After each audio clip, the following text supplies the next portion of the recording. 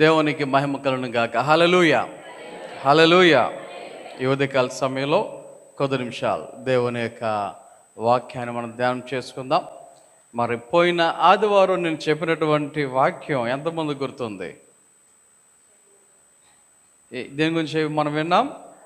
ఆశ్చర్యకారుడు అనేటువంటి వాక్యాన్ని దేవుని యొక్క సన్నిధిలో మనము పోయిన ఆదివారం విన్నాం. మరి ఈరోజు మరొక అంశాన్ని ఈరోజు దేవుని యొక్క వాక్యం ద్వారా మనం ధ్యానిద్దాం. అదే అధ్యాయము, అదే వచనము, కాకపోతే దాని తర్వాత పదము ఏదైతే ఉందో దానిని మనము ఈరోజు ధ్యానం చేయబోతున్నాం. యెషయా గ్రంథము 9వ అధ్యాయము 6వ వచనములో వాక్యములో మనం చదివితే, ఏలయనగా మనకు శిశువు పుట్టెను, మనకు కుమారుడు అనుగ్రహింపబడెను, ఆయన భుజము మీద రాజ్యభారం ఉండును, ఆశ్చర్యకరుడు, ఆలోచనకర్త, బలవంతుడైన దేవుడు, నిత్యుడగు తండ్రి, సమాధానకర్తయగు అధిపతి అని అతనికి పేరు పెట్టబడును. చాలు. దేవుని యొక్క వాక్యములో ఈరోజు మనం చదివినటువంటి వచనంలోంచి ఒక అంశాన్ని మనం వినబోతూ ఉన్నాం. అదే రెండవ పేరు. ఏంటది? ఆలోచనకర్త. ఏం పేరంట? యేసయ్యకు ఉన్నటువంటి ఒక పేరు, ఆయనకు పెట్టబోయే పేరు ఏమని వాక్యము తెలియచేస్తుంది అంటే ఆలోచనకర్త. ఇప్పుడు ఈ యొక్క ఆలోచనకర్త అంటే దాని అర్థం ఏంటి? ఆలోచనకర్త అంటే అర్థం ఏంటి? ఆలోచనలు మరి సహజంగా ప్రతి ఒక్కరికి అవసరం. ఎవరికైనా సరే ఏదైనా ఒక చిన్న పని చేయాలి అన్నా, ఏదైనా ఒక వస్తువు కొనాలి అన్నా, లేకపోతే ఏదైనా ఒకటి ప్రారంభించాలి అన్నా, ప్రతి విషయంలో మనం ఏం చేస్తామంటే ఆలోచన అనేది చేస్తూ ఉంటాం. కొన్నిసార్లు మన ఆలోచనలు మనకు సరిపోతాయి, కొన్నిసార్లు మన ఆలోచనలు సరిపోక మన ఇంట్లో వాళ్ళని అడుగుతాం. ఒకవేళ వాళ్ళు కూడా సరిపోకపోతే ఇతరులను అడుగుతాం, ఫ్రెండ్స్ని అడుగుతాం, స్నేహితులను అడుగుతాం, లేకపోతే ఇంకా పెద్దవారిని అడుగుతూ ఉంటాం ఆలోచన విషయంలో. అయితే దేవుని యొక్క వాక్యము తెలియచేస్తూ ఉంది, మన దేవుడే ఏమై ఉన్నాడు అంటే ఆలోచనకర్త అయి ఉన్నాడు. దేవుడు ఏమై ఉన్నాడు? ఆలోచనకర్త. అంటే ఈ యొక్క కర్త అనేటువంటి పదానికి అర్థం ఏంటి? కర్త అనేటువంటి పదానికి అర్థం ఇంకా ఆయనతోనే ప్రారంభం, ఆయనతోనే ప్రారంభం, ఆయనకు సంబంధించింది. ఇక మన దేవుడే ఎవరంటే ఆలోచన ఇచ్చేవాడు. మన దేవుడే ఆలోచన కలిగించేవాడు. మన దేవుడే ఆలోచనల చేత మనలను నింపేవాడు అని ఈ యొక్క ఉదయకాల సమయంలో మనము ఆలోచన చేయవలసిన వారమై ఉన్నాం. అయితే ఇక్కడ ఆ యొక్క పదం ఎందుకు ఆ యొక్క యోధా ప్రజలకు వాడుతూ ఉన్నారు? ఆ రోజుల్లో ఈ యొక్క విషయాన్ని యోధా ప్రజలకు ఎందుకు చెప్తూ ఉన్నారు?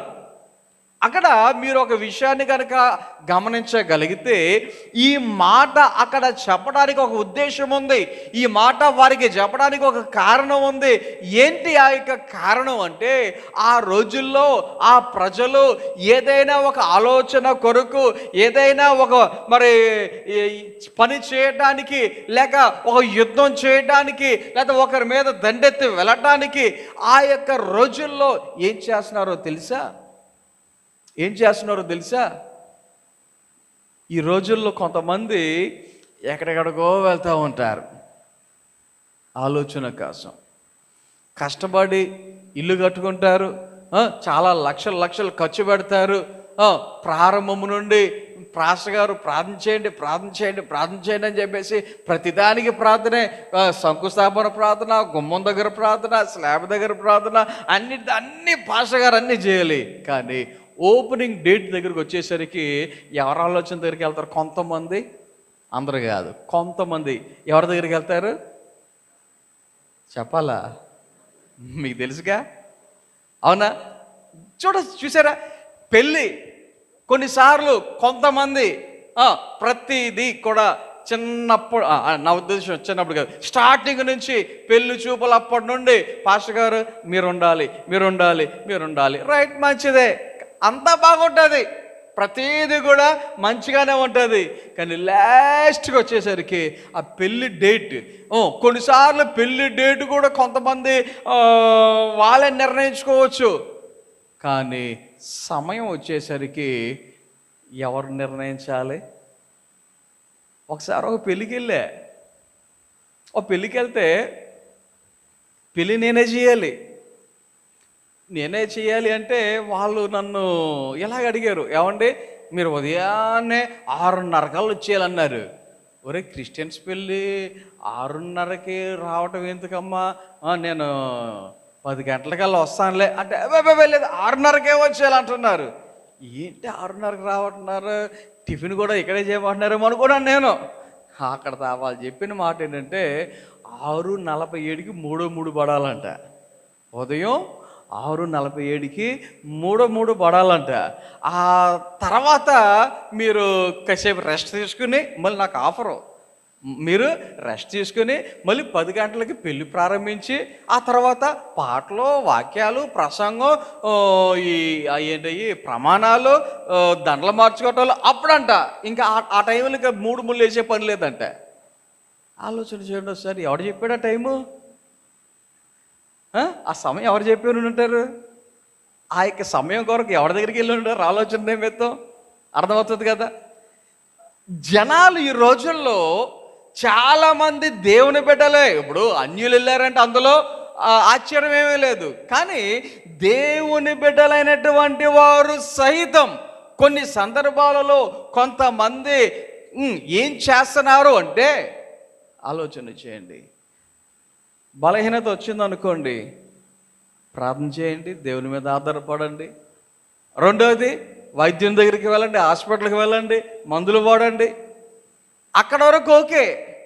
కానీ ఈ యొక్క జనాలు అంటే విశ్వాసులు అంటే క్రైస్తవులు, దేవుని బిడ్డలైనటువంటి వారు కూడా ప్రార్థన మీద ఆధారపడవలసింది మానేస్తారు, వైద్యుడి దగ్గరికి వెళ్ళవలసింది మానేస్తారు.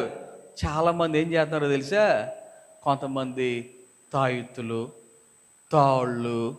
ఆలోచన చేయండి, నేను నా కంటికి ఎవరి దగ్గరైనా తాడు కనబడిందంటే అది కట్ చేసే వరకు నాకు ఎందుకో మనసు ఒప్పదు. అసలు కుర్రోళ్ళకి బాగా తెలుసు, నా కంటికి కనబడ్డప్పుడు వాళ్ళ చేతికి కానీ కాలుకి కానీ తాడుందా అది కట్ చేయాల్సిందే. అందుకనే మరి అందుకో లేదా ఎందుకో నాకు తెలియదు కానీ స్టైల్ అండి అని చెప్తున్నారు ఈ మధ్య. నాకు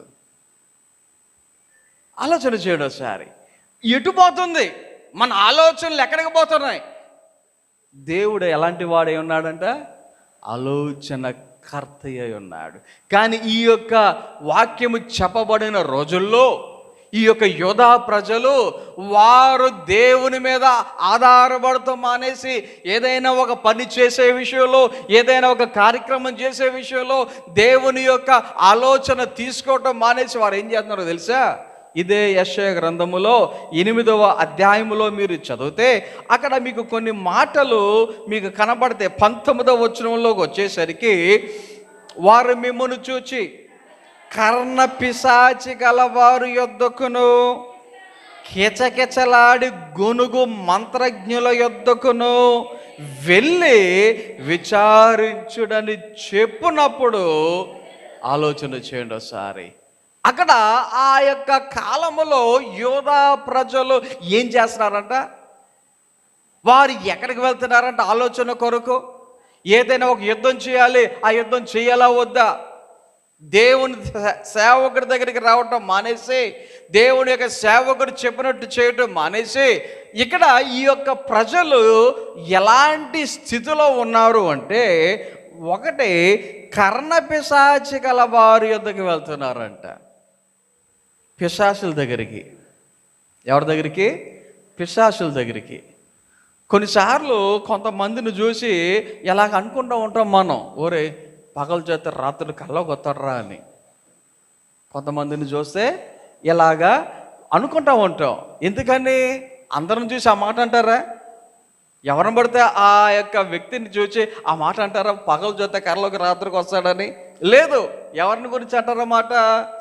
ఉంటారు కొంతమంది చుట్టాకి చాలా ఆరవేర భయంకరమైనటువంటి స్థితిలో కనబడతారు కొన్నిసార్లు. అయితే మనుషుల్లోనే అలాంటి పరిస్థితులు ఉంటే, ఇక్కడ వాక్యంలో మనకు కనబడుతోంది ఆ యొక్క యోధా ప్రజలు ఎక్కడికి వెళ్తున్నారంట? ఎక్కడికే? కర్ణపిశాచుల దగ్గరికి. ఒకవేళ అవి గనక వీళ్ళతో డైరెక్ట్గా మాట్లాడితే వీళ్ళ పరిస్థితి ఏంటి? అవి గనక వీళ్ళతో ఉంటే వాళ్ళ పరిస్థితి ఏంటి? గమనించండి ఒకసారి. ఆ యోధా ప్రజలు వారి యొక్క స్థితిని గనక మనం గమనిస్తే, వారు కర్ణపిశాచుల దగ్గరికి వెళ్తున్న స్థితి కనబడుతుంది. అలాగే ఇంకొకరు ఉన్నారు. ఎవరంట?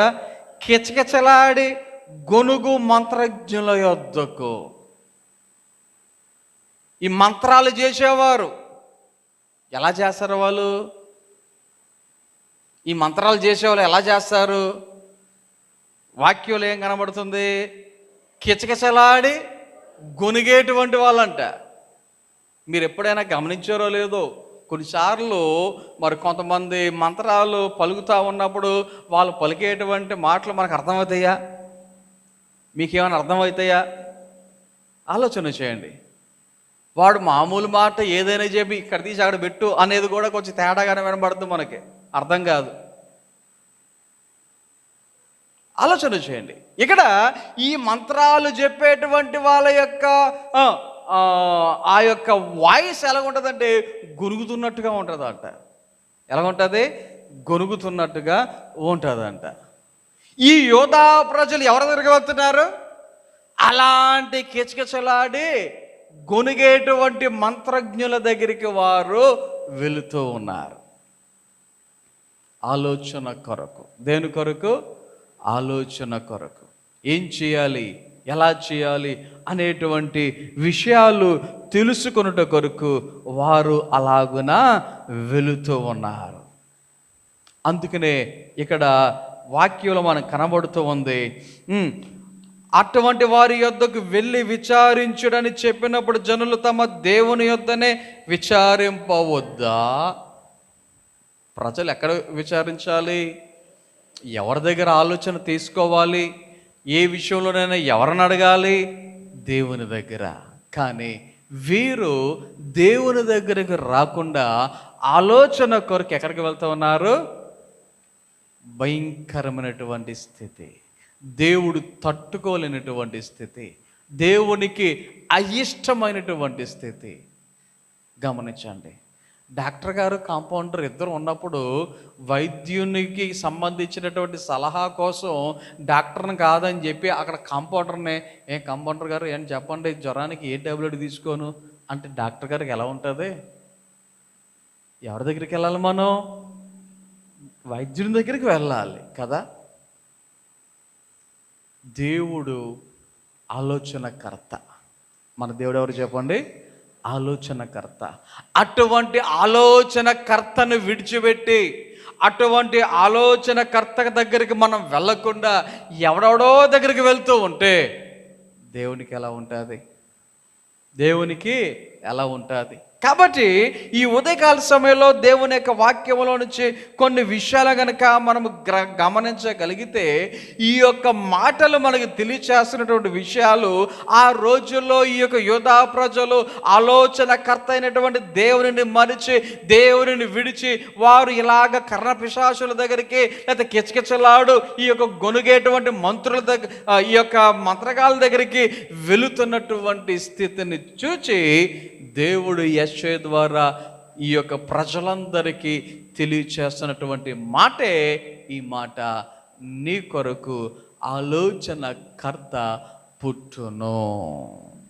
నిన్ను రక్షించడానికి, నిన్ను విడిపించడానికి, నీ యొక్క జీవితములో నీ యొక్క మరి ఆ ప్రతి అవసరతలో ఆలోచన చెప్పి నడిపించడానికి నీ కొరకు ఒకడు పుట్టబోతున్నాడు.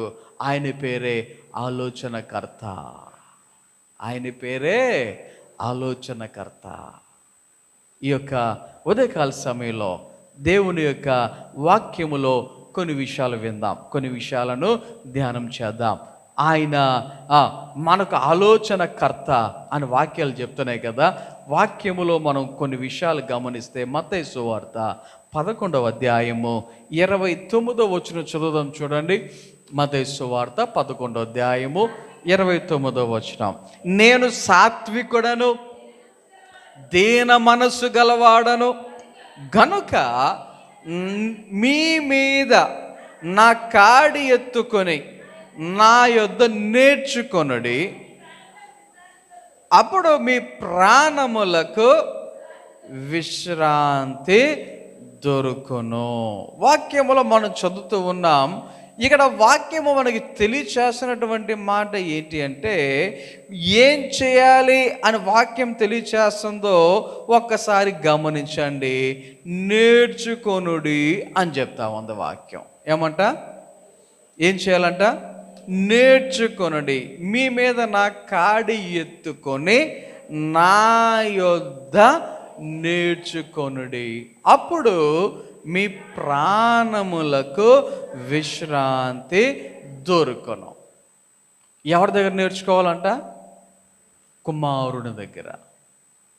మన కొరకు ఈ లోకానికి కుమారునిగా వచ్చినటువంటి ఆ యేసయ్య దగ్గర నేర్చుకోవాలి.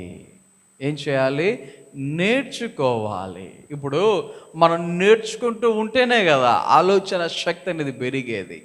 మనం నేర్చుకుంటూ ఉంటేనే కదా ఆలోచన చేసేటువంటి గ్రహింపు మనకు వచ్చేది. గమనించండి, మొన్న ఒక న్యూస్ చదివాను నేను. ఆ పాప వయసు 8 నెలలంట.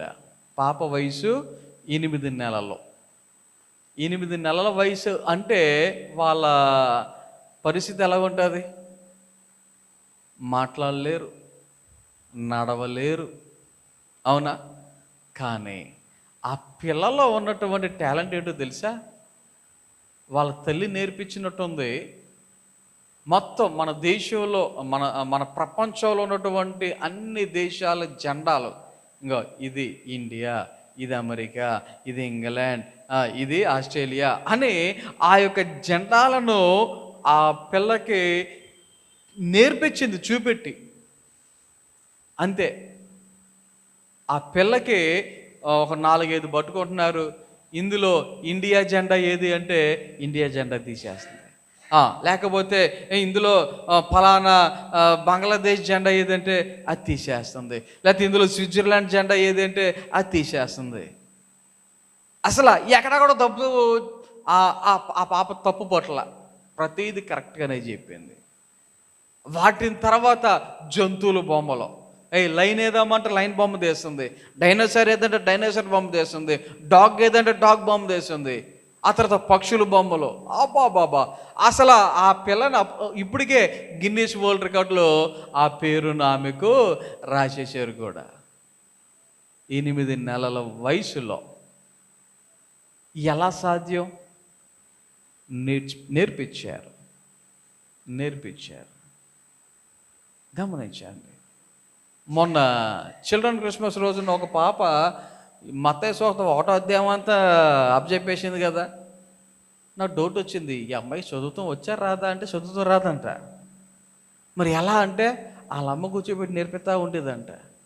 రోజుకు ఒక వచనం, లేకపోతే 2 వచనాలు 3 వచనాలు అన్నట్టుగా చెప్పడం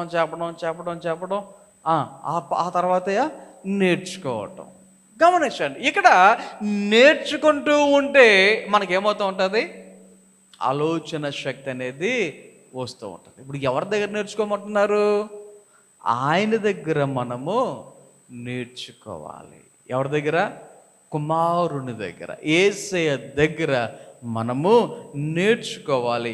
ఎప్పుడైతే ఆయన దగ్గర నేర్చుకుంటామో దేవుని యొక్క వాక్యాలు చెప్తా ఉన్నాయి. ఆయన నేర్పించేటువంటి పరిస్థితి ఎలా ఉంటుందో తెలుసా? యిర్మీయా గ్రంథము 32వ అధ్యాయము అక్కడ 19వ వచనంలో చదివితే ఆయన యొక్క మరి వ్యక్తిత్వం అక్కడ కనబడుతూ ఉన్నది. చదవండి ఒకసారి. ఆ ఆలోచన విషయములో నీవే గొప్పవాడవు. చాలు చాలు. ఇప్పుడు నాకు కావాల్సింది మొదటి మాట ఒకటే, ఆలోచన విషయములో నీవే గొప్పవాడవు. దేవుడు ఎలాంటి వాడు చెప్పండి? దేవుడు అలాంటి వాడు. ఆలోచన విషయం ఆయన ఇటువంటి వాడు, గొప్పవాడు. గమనించండి, ఇంకా ఆయనకు మించిన వారు ఎవరు లేరు. ఆయనకు మించినటువంటి ఆలోచన కలిగినటువంటి వారు ఈ భూమి మీద ఎక్కడా కూడా మనకు దొరకమన్నా దొరకరు. ఆలోచన విషయంలో ఆయన ఎవరు? గొప్పవాడు. 92వ కీర్తన 5వ వచనంలో చదివితే అక్కడ ఇంకొక మాట దేవుని యొక్క ఆలోచన గురించి కనబడుతుంటా. చూడండి ఒకసారి.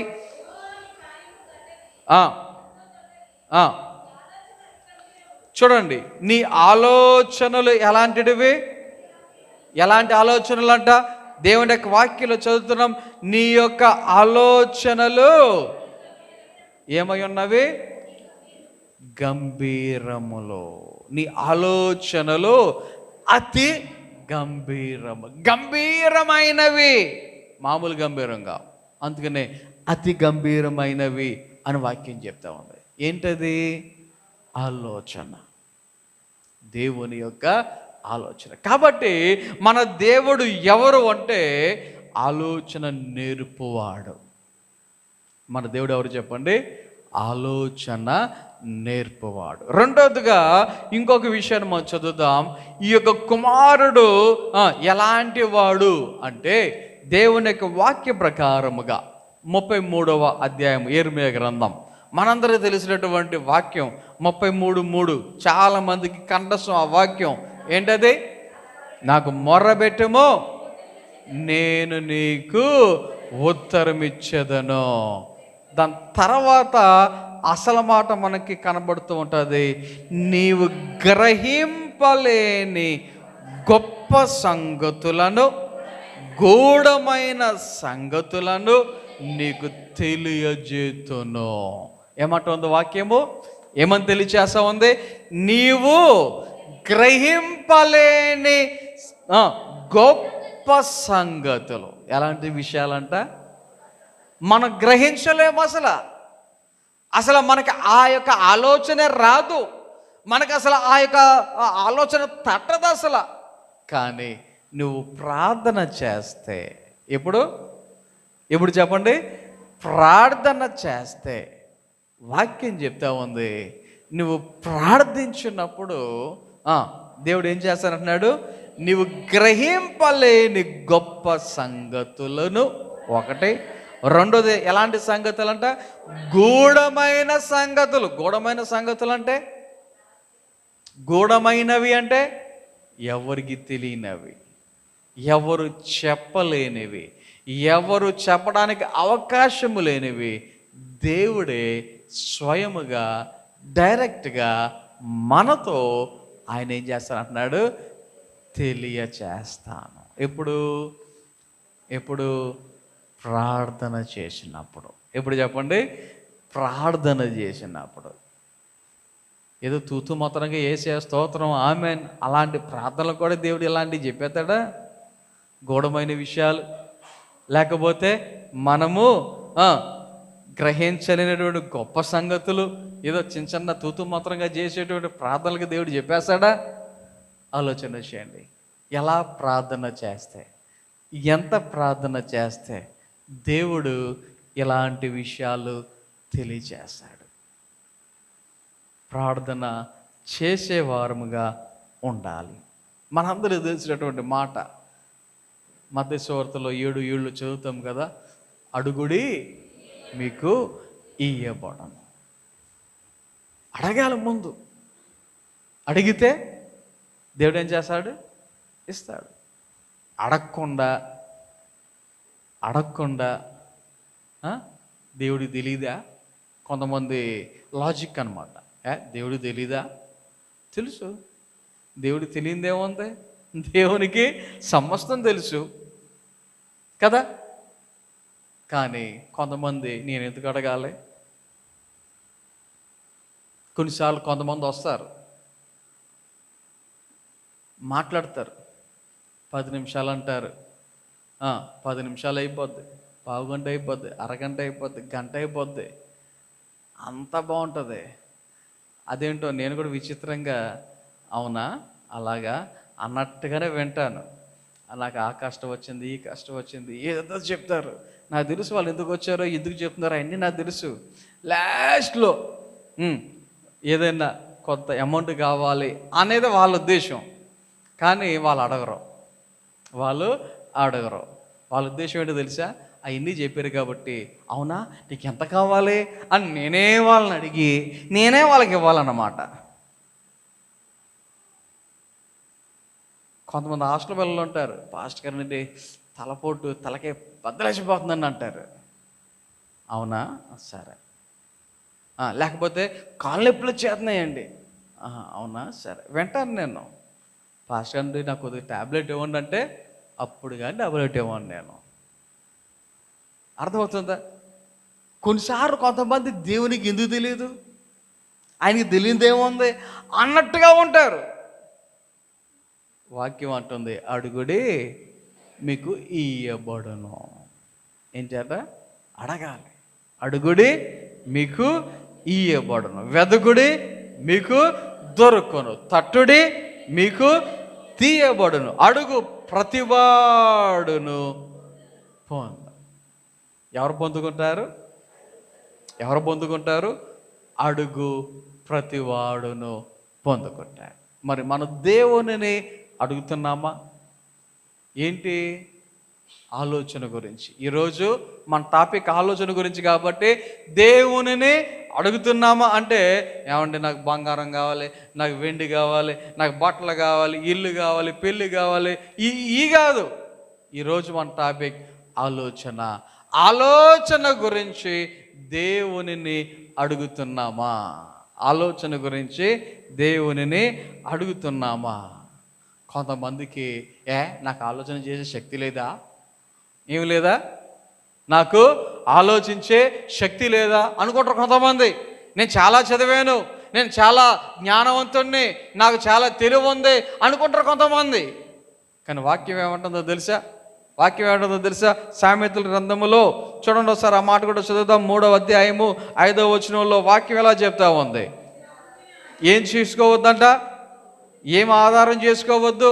నీ సొంత బుద్ధిని ఏం చేయొద్దు? నీ సొంత బుద్ధిని ఆధారము చేసుకొనక నీ పూర్ణ హృదయముతో యెహోవా యందు నమ్మిక ఉంచుము. వాక్యం చెప్తా ఉంది ఏమని? నీ స్వబుద్ధిని ఆధారము చేసుకొనక. ఎందుకంటే మన బుద్ధి, మన ఆలోచన అది తాత్కాలికమైనది, అది టెంపరరీ, అది ఈ లోకానుసారమైనది.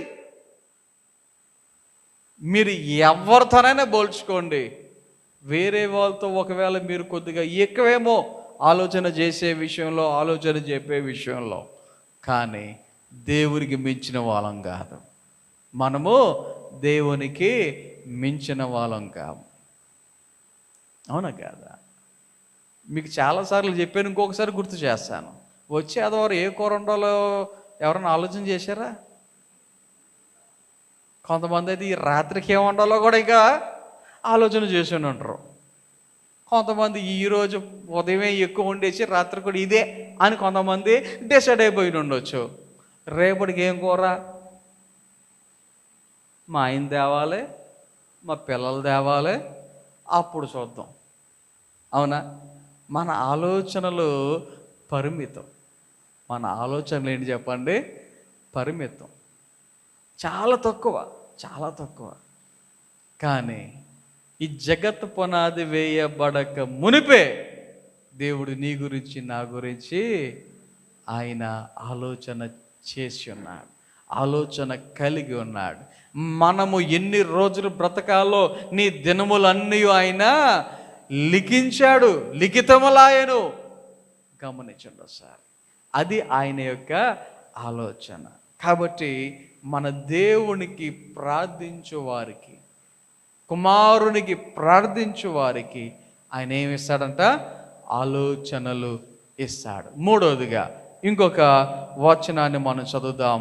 దేవుని యొక్క వాక్యములో దేవుడు ఆలోచన ఎలా ఇస్తాడు అంటే తన మాట ద్వారా లేక తన వాక్యము ద్వారా ఆలోచన ఇస్తాడు. ఎలాగిస్తాడు? తన యొక్క మాట ద్వారా లేక ఆలోచన ద్వారా. 119వ కీర్తన 119వ కీర్తన 24వ వచనం చదువుదాం, చూడండి.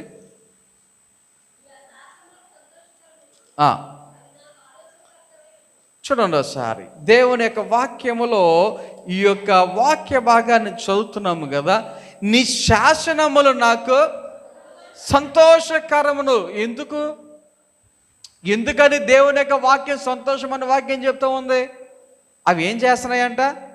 అవి నాకు ఆలోచనకర్తలై ఉన్నవి. వాక్యం ఏమై ఉన్నది? ఆలోచనకర్త. కొన్నిసార్లు దేవుని యొక్క వాక్యము ద్వారా దేవుడు అనేక సందర్భాలలో అనేక రకాలైనటువంటి ఆలోచనలు దేవుడు మనకు కలిగిస్తూ ఉంటాడు. అనేకమైన ఆలోచనలు దేవుడు మనకు పుట్టిస్తూ ఉంటాడు. ఆయన వాక్యాన్ని ఎంతవరకు చదువుతూ ఉన్నాం? ఆయన వాక్యాన్ని ఎంతవరకు మనము ధ్యానించేవారుగా ఉండగలుగుతూ ఉన్నాం? ఆయన యొక్క వాక్యము ద్వారా దేవుడు ఏం చేస్తాడు? మనకు ఆలోచన ఇస్తాడు. ఆయన యొక్క మాట, ఆయన యొక్క వాక్కు. సింపుల్గా ఒక మాట చెప్తాను. అబ్రహాము ఇంతకుముందు అన్యుడిగా ఉండేవాడు. ఇంతకుముందు ఎలా ఉండేవాడు? అన్యుడిగా ఉండేవాడు. కానీ దేవుడు పిలిచిన తర్వాత నేను చూపించే దేశానికి నువ్వు వెళ్ళు. నీ తండ్రి ఇంటిని విడవాలి, నీ దేశాన్ని విడవాలి, నీ బంధువులను విడవాలి, నేను చూపించే దేశానికి వెళ్ళు అని దేవుడు చెప్పాడు. ఎప్పుడైతే దేవుని యొక్క మాట ప్రకారం అబ్రహాం నడుచుకున్నాడో, అబ్రహాం ఏమయ్యాడు? ఆశీర్వదించబడ్డాడు. అబ్రహాము దీవించబడ్డాడు. అనేకులకు ఆశీర్వాదకరముగా ఉన్నాడు. ఒక మాటలో చెప్పాలంటే విశ్వాసులకు తండ్రిగా పిలువబడ్డాడు. కారణం దేవుని మాట ప్రకారంగా, దేవుని వాక్కు ప్రకారంగా నడుచుకోవటమే. సింపుల్. దేవుని యొక్క వాక్కు ప్రకారం నడుచుకోవటమే. కాబట్టి ఆ యొక్క వాక్కు ద్వారా, ఆ యొక్క వాక్యము ద్వారా, ఆయన మాట ద్వారా ఆయన మనకి ఏమి ఇస్తూ ఉంటాడు? ఆలోచన. హెబ్రీయులకు రాసిన పత్రిక 4:12 అది కూడా మనందరికి తెలిసినటువంటి వాక్యమే కదా. దేవుని యొక్క వాక్యం ఎలాంటిదంట? 2 అంచులు గల ఖడ్గము వంటిది. అదేం చేయగలదు? ప్రాణాత్మలను, కీళ్లను, మూలుగును విభజించినంత మట్టుకు దూరుచు, హృదయము యొక్క తలంపులను, ఆలోచనలను శోధించుచున్నది. దేవుని యొక్క వాక్కు ఎక్కడి వరకు వెళ్తుందంట? చూడండి ఒకసారి. ప్రాణము, ఆత్మ అనేది ఎవ్వరు కూడా ముట్టలేంది, ఎవ్వరు కూడా చూడలేంది. వైద్యుల దగ్గరికి వెళ్ళినా వాళ్ళు మహా అయితే శరీరాన్ని చూస్తారు. శరీరం లోపల ఉన్న ఎముకలు, నరాలు, రక్తము, కండరాలు వాటిని చూస్తారు, అంతే. ఆత్మను చూడగలుగుతారా? ప్రాణాన్ని చూడగలుగుతారా? గమనించండి. లేకపోతే ఇంకొక మాట మనం చదువుతున్నాం కదా, కీళ్లను మూలుగును విభజించినంత మట్టుకు దూరుచు, అవన్నీ దూర్చుకుంటే ఎక్కడికి వెళ్తుందంట? హృదయము యొక్క తలంపులను, ఆలోచనలను. ఏంటి ఈ శోధించేది? ఏంటి? వాక్యం, దేవుని వాక్యం, ఆయన మాట. కాబట్టి ఆయన యొక్క మాట లేదా ఆయన యొక్క వాక్కు ఏం చేస్తుందంటే ఆలోచనలను మనకు ఇచ్చేటదిగా ఉంది. నాలుగోదిగా ఇంకొక మాట మీకు చెప్పడానికి ఇష్టపడుతున్నాను. అదేంటంటే ఈ యొక్క ఆలోచన దేవుని దగ్గర నుంచి వచ్చేటువంటి ఆలోచన, అది కుమారుడిచ్చేది కావచ్చు, లేకపోతే రెండోదిగా నేను చెప్పినటువంటిది ప్రార్థన ద్వారా ఇచ్చేది కావచ్చు, మూడవది ఆయన వాక్ ద్వారా లేకపోతే ఆయన మాట ద్వారా వచ్చేది కావచ్చు. ఇలాంటిది దేవుని నుంచి వచ్చేటువంటి ఆలోచన ఏదైనా సరే దేవుని నుంచి వచ్చింది స్థిరమైనదిగా ఉంటుంది. ఆ ఆలోచన ఎలాగుంటుంది చెప్పండి? స్థిరమైన ఆలోచనగా ఉంటుంది. ఎవరి ఆలోచన? దేవుని ఆలోచన. మన ఆలోచన అయితే స్థిరత్వం ఉండదు. మన ఆలోచనలకు ఏముండదు, అది ఎక్కువ కాలం ఉండకపోవచ్చు, టెంపరీ అయిపోవచ్చు. ఇప్పుడు కొన్నిసార్లు కొంతమంది ఒక బిజినెస్ స్టార్ట్ చేస్తారు, ఒక సంవత్సరం అయ్యేసరికి ఇంకొక బిజినెస్, ఇంకో సంవత్సరం వేసరికి ఇంకో బిజినెస్, ఇంకో బిజినెస్ మారుతూ ఉంటారు. ఎందుకో తెలుసా? సొంత ఆలోచన, సొబ్బుదిని ఆధారం చేసుకోవడం వలన నష్టపోయే వరకు తెలియదు, అరే ఇది నా సొంత ఆలోచన అని. అర్థమవుతుందా? దేవుని ఆలోచన ఏమవుతుంది? అది స్థిరమైనదిగా ఉంటుంది, లేక సదాకాలము నిలిచేదిగా ఉంటుంది. సామెతల గ్రంథం 10వ అధ్యాయం 20వ వచనంలో చదివితే, సామెతల గ్రంథం 10వ అధ్యాయం 20వ వచనం, నీతిమంతుని నాలుక ప్రశస్తమైన వెండి వంటిది, భక్తిహీనుల ఆలోచన పనికి మాలినది. భక్తిహీనుల ఆలోచన అలాంటిది, పనికి మాలినది. కొన్నిసార్లు ఉద్రేకంలో, కోపంలో, చిరాకులో పనికి మాలినోడా, పనికి మాలిందానా అని కొంతమంది తిడతా ఉంటారు కదా. ఎందుకు తిడతారు ఆ మాట? వాక్యంలో చదువుతున్నాం, పనికి మాలినోళ్ళు ఎవరంట? భక్తిహీనుల ఆలోచన అంటది. అది ఎవరు? భక్తిహీనుల ఆలోచన అంట. చూడండి ఒకసారి, ఈ భక్తిహీనుల యొక్క ఆలోచన పనికి మాలింది అని ఎందుకు వాక్యం చెప్తా ఉంది? వారి యొక్క ఆలోచనే తప్పు, వారి ఆలోచనే తప్పు. ఎలా వెళ్ళాలో తెలీదు. అంటే పనికిమాలిన ఆలోచన. ఏం తినాలో ఎప్పుడు తినాలో తెలీదు. అంటే పనికిమాలిన ఆలోచన. చూడండి ఒకసారి, మనం గమనించుకుంటూ ఉండాలి, మనము చూసుకుంటూ ఉండాలి. పరిస్థితులను బట్టి, కుటుంబ పరిస్థితులను బట్టి, లేకపోతే మనం ఉంటున్నటువంటి ఆ యొక్క లొకాలిటీని బట్టి, ఇవన్నీ చూసుకొని మనం కొన్నిసార్లు నిర్ణయాలు తీసుకుంటూ ఉండాలి. చాలా సందర్భాలలో చాలామంది మంచి చదువులు చదువుతారు, చేసే ఉద్యోగం సరైనదిగా ఉండదు. కారణం ఏంటో తెలుసా? తీసుకున్న నిర్ణయం అలాంటిది. కొంతమంది ఉంటారు, చదివే ఉండదు, సర్టిఫికేట్లే ఉండవు, ఎక్కడో మంచి ఉద్యోగంలో ఉంటారు. ఎందుకో తెలుసా? వాళ్ళు స్టార్టింగ్లో తీసుకున్న నిర్ణయం అలాంటిది. కాబట్టి దేవుని బిడలుగా మనము దేవుని మీద ఆధారపడి మనం ఒక నిర్ణయాన్ని తీసుకునే వారముగా ఉండాలి. 19వ అధ్యాయం, సామెతల గ్రంథం 19వ అధ్యాయం చూడండి, 21వ వచనం చదువుదాం. నరుని హృదయములో ఆలోచనలు అనేకములుగా పుట్టును, యెహోవా యొక్క తీర్మానమే స్థిరము. మనిషి హృదయంలో ఎన్ని ఆలోచనలు? అబ్బో, ఒకటి కాదు, చాలా అనేకమైనవి. కానీ స్థిరమైనది ఏదంట? యెహోవా యొక్క తీర్మానమే స్థిరము. ఈరోజు చదివినటువంటి కీర్తన భాగం 33వ కీర్తన చదివాము కదా. అందులో 11వ వచనం చదవండి ఒకసారి. యెహోవా ఆలోచన సదాకాలము నిలుచును, ఆయన సంకల్పములు తరతరములకు ఉండును. వాక్యంలో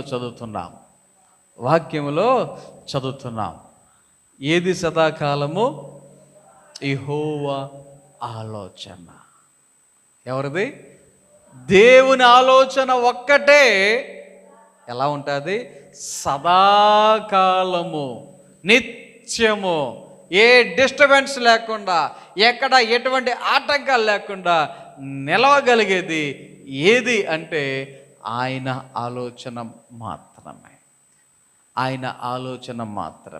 కాబట్టి దేవుని బిడ్డలుగా మనం గమనించవలసినటువంటి విషయం ఏంటంటే దేవుని యొక్క ఆలోచన సదాకాలము నిలిచేది. కాబట్టి ఆయన ఆలోచనలను మనము కలిగి ఉండాలి. తర్వాత మన దేవుడు ఏం చేస్తాడు? ఆయన ఆలోచన కలిగి, ఆయన ఆలోచన కొరకు అడిగి, ఆయన ఆలోచనల కొరకు ప్రార్థన చేసి మనం కోరుకొని ఆయన ఆలోచనలు తీసుకుంటే దేవుడు ఏం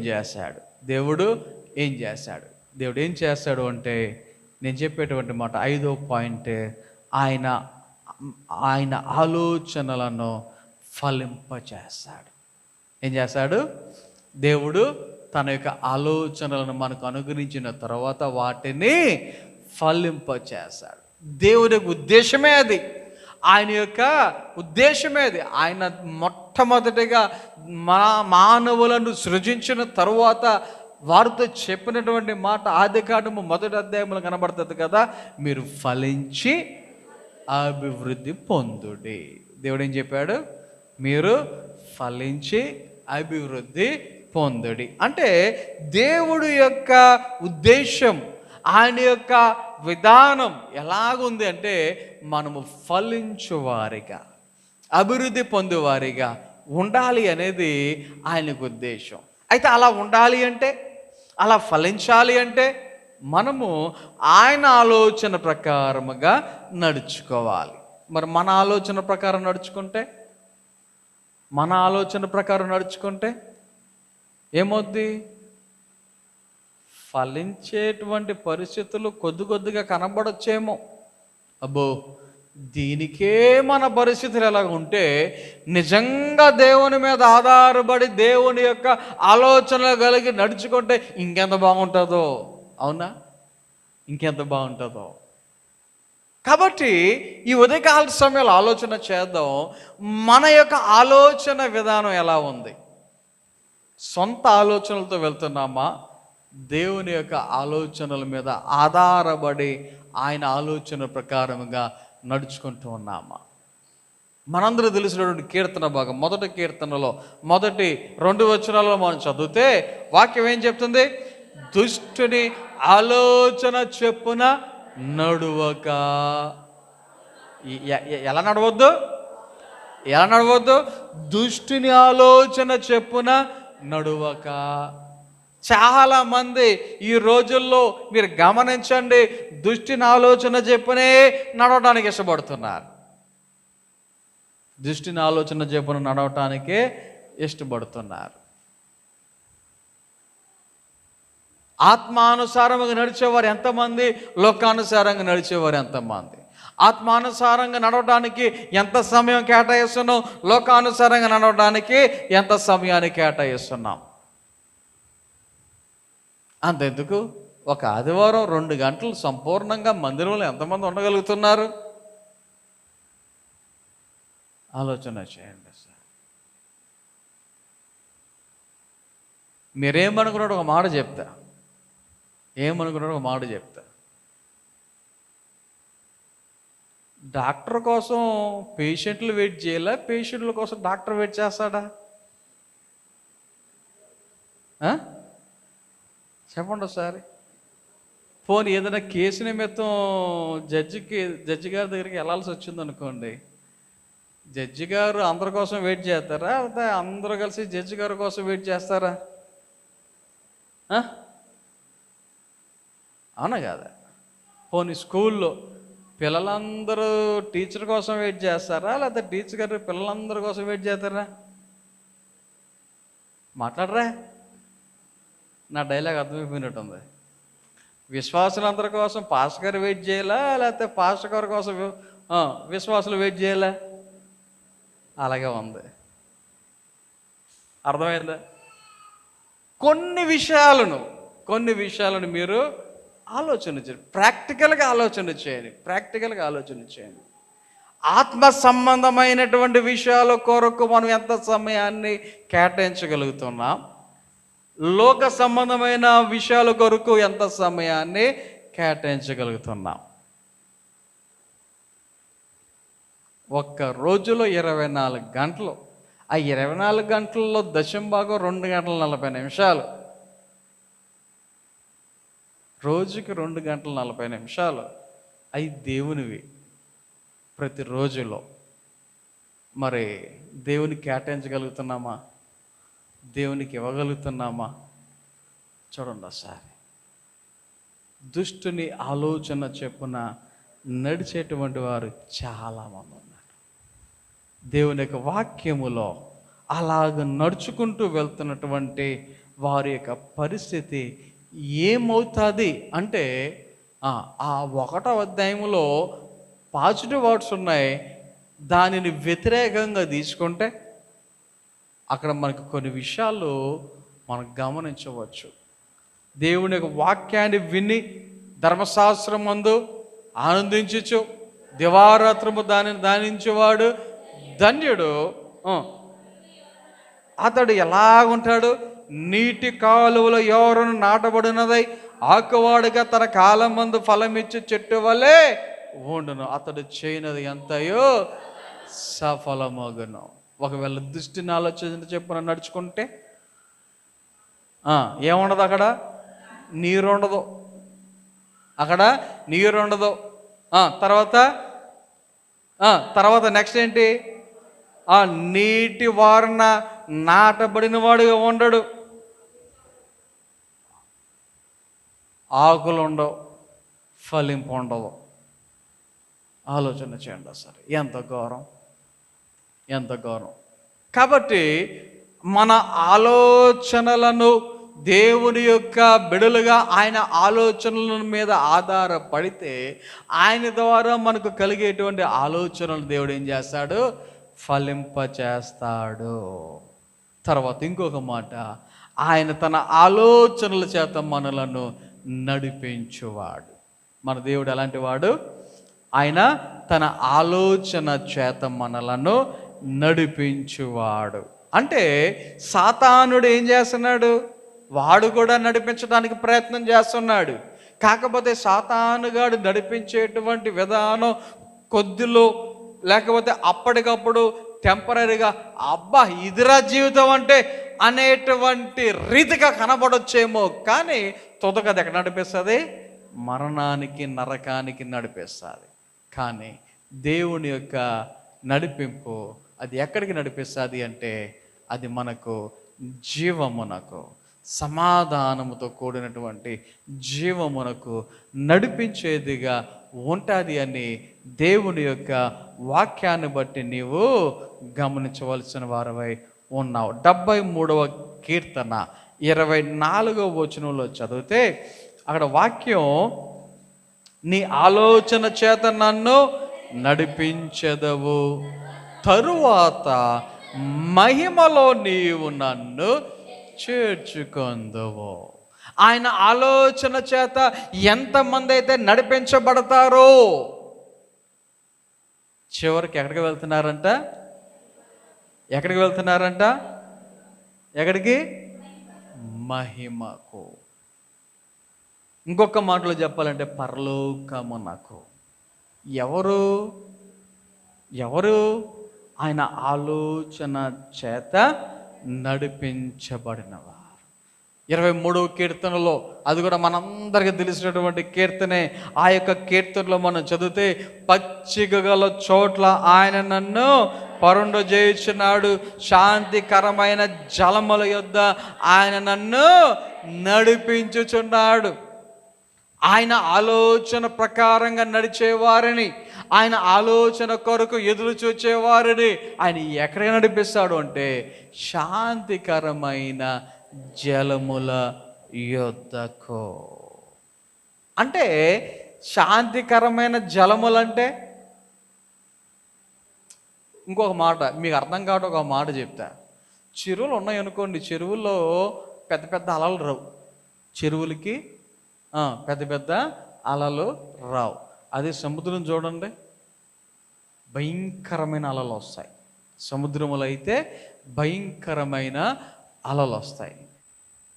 అంటే ఎవరైతే దేవుని సేవకులను మరి కొన్ని విషయాలు మరి కావాలనుకుంటారో దేవుడు తన సేవకుల ద్వారా ఏం చేస్తాడంట, కొన్ని ఆలోచనలను ఆయన ఇస్తాడు.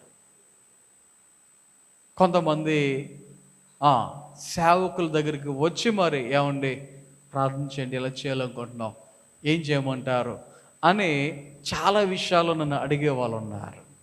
చాలా విషయాలు నన్ను ఆలోచన అడిగే వాళ్ళు ఉన్నారు.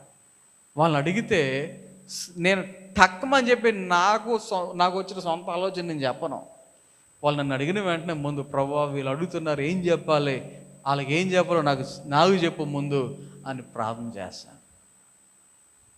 ఒకవేళ మిమ్మల్ని ఎవరినైనా ఏదైనా సలహా అడిగితే మరి మీరు మీ సొంత ఆలోచనలు ఇస్తున్నారా, లేక దేవుని అడిగి ప్రార్థన చేసి కనిపెట్టి దేవుడు చెప్పింది మీరు చెప్తున్నారా?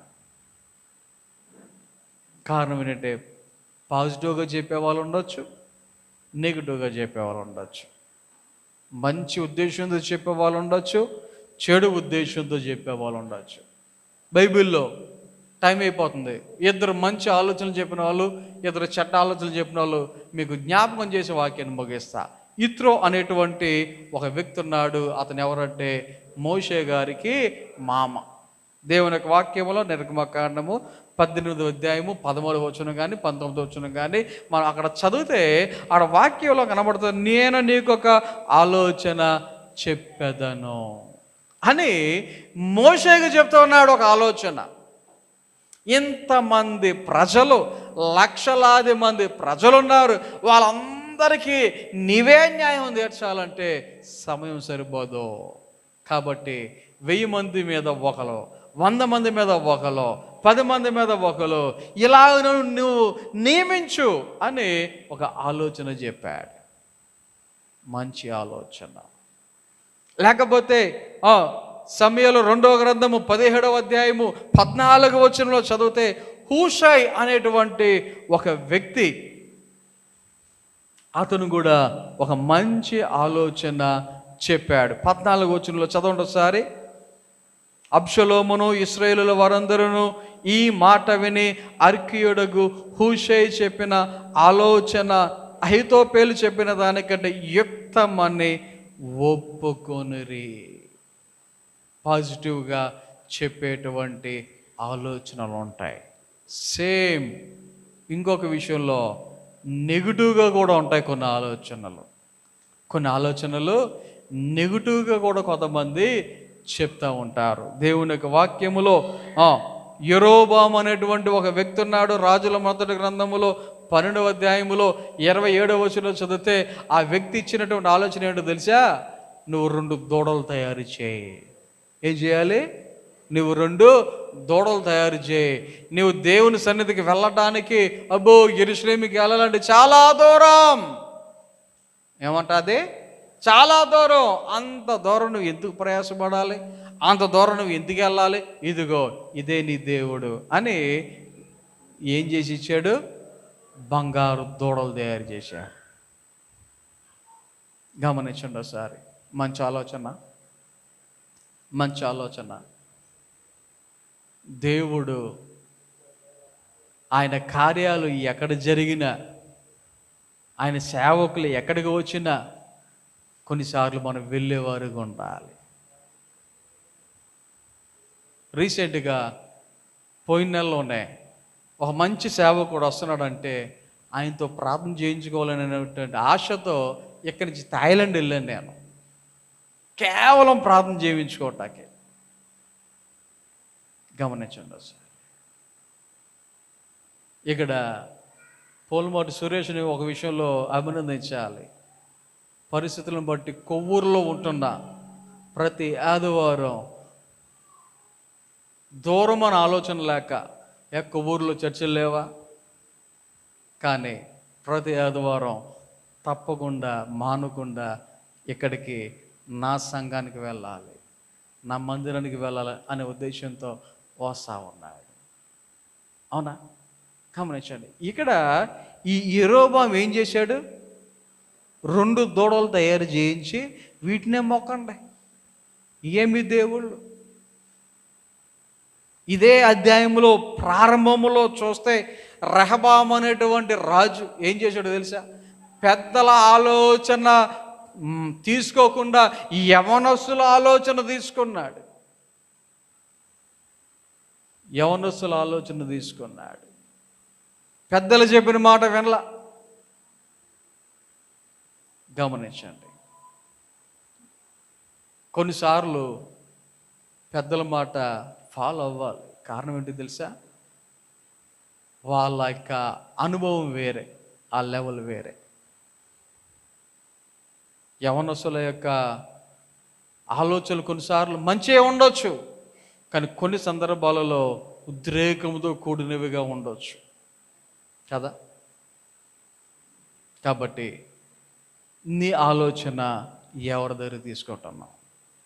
నీ ఆలోచన వచ్చినప్పుడు ఎవరి దగ్గరికి వెళ్తున్నావు? గమనించుకొని మనము వెళ్ళవలసిన వారమై ఉన్నాం. కారణం ఏంటంటే ఈ లోక సంబంధమైన ఆలోచన, లేకపోతే ఈ యొక్క సాతానుకు సంబంధించిన ఆలోచన నరకానికి నడిపించేది అయితే, దేవుని ఆలోచన పరలోకానికి నడిపించేది. దేవుడు నరకానికి వెళ్ళకుండా నిన్ను నన్ను మనలందరినీ పరలోకానికి తీసుకుని వెళ్ళటానికే ఆలోచనకర్తగా ఆయన మన కొరకు ఈ లోకములో మానవునిగా జన్మించాడు. ఆ జన్మించినటువంటి ఈ సందర్భాన్నే మనం ఏం చేస్తున్నాం? క్రిస్మస్ అని సంబరాలు చేసుకుంటూ ఉన్నాం, క్రిస్మస్ అని సంతోషిస్తూ ఉన్నాం. దీనంతటి కారణం నీవు నేను ఎక్కడికి వెళ్ళాలని? పరలోకం వెళ్ళాలని. అందుకనే ఆయన ఆశ్చర్యకరుడిగా ఈ లోకానికి వచ్చాడు, ఆలోచనకర్తగా ఈ లోకానికి వచ్చాడు. ఆయన ఆలోచనలు కలిగి మనం నడుచుకుందాం. కొద్ది మాటలు మనందరి వినికిడిలో దేవుడు ఫలింపచేసి నడిపించును గాక. ఆమేన్. ప్రార్థన చేసుకుందాం. అందరూ తలలు వంచండి, కన్ను మూసుకోనండి. చిన్న ప్రార్థన. మహోన్నతుడా, గొప్ప దేవా, నీ ఘన నామమునకు వందనాలు, స్తోత్రాలు తండ్రి. నీ బిడ్డలమైన మమ్మల్ని అందరినీ సజీవులుగా ఉంచి ఈ ఉదయకాల సమయంలో నీ సన్నిధి నడిపించే విధానాన్ని బట్టి వందనాలు, స్తోత్రాలు తెలియజేసుకుంటూ ఉన్నాం. వచ్చిన నీ బిడ్డలందరూ బట్టి వందనాలు. పాటల్లో వాక్యములో సహాయం చేశారు, మీకు వందనాలు దేవా. నీ యొక్క బిడ్డలుగా ఎదగటానికి దేవా మీరు మాట్లాడిన ప్రతి మాటను బట్టి దేవా ఆలోచనకర్తగా ఈ లోకానికి మీరు వచ్చిన విధానాన్ని బట్టి వందనాలు, స్తోత్రాలు తెలియజేసుకుంటున్నాం దేవా. మరి నీ బిడ్డలుగా మేమందరం నీ యొక్క ఆలోచనల మీద ఆధారపడి నీ ఆలోచనలు కలిగి దేవా స్థిరమైనటువంటి ఆలోచనలతో మేము ముందుకు కొనసాగటానికి, నడవటానికి సహాయం చేయమని ప్రార్థన చేస్తున్నాం. అలాగే దేవా నీ బిడ్డలు మీరు దీవించే విధానాన్ని బట్టి, ఆశీర్వదించే విధానాన్ని బట్టి దేవా నీకు సమర్పించిన ప్రతి కానుకను మీ చేతిగా అప్పగించుకుంటున్నాం. ప్రతి ఒక్కరిని దేవా 30దంతులుగా, 60దంతులుగా, 100దంతులుగా ఫలింప చేయమని ప్రార్థన చేస్తున్నాం. అలాగే ఈ వారంలో జరబోయే కార్యక్రమాలన్నిటిలో తోడుగా ఉండమని, సహాయం దయచేయమని, నీ మేలుతో నింపమని దేవా. వారి పని పాటల్లో, ఆరోగ్య విషయాలలో సహాయం దయచేయమని దేవా. నీ బిడ్డమైన మేమందరం నీ సన్నిధి విడిచి మా గృహాలకు వెలిచి ఉండగా నీ మెండైన దేవునిలతో ఆశీర్వాదములతో నింపి నడిపించి మీరే మహిమ, ఘనత, ప్రభావాలు పొందుకొనమని యేసు నామమున ప్రార్థన చేయుచున్నాము తండ్రి. ఆమేన్. మన తండ్రి అయిన దేవుని ప్రేమ, కుమారుడైన యేసుక్రీస్తు వారి కృప, పరిశుద్ధాత్మికమైన సహవాసము, సహాయము, కాపుదల, నడిపింపు ఎప్పుడు ఎల్లప్పుడు ఆయన బిడ్డలైన మనందరకు సదాకాలము తోడని నడిపించును గాక. ఆమేన్.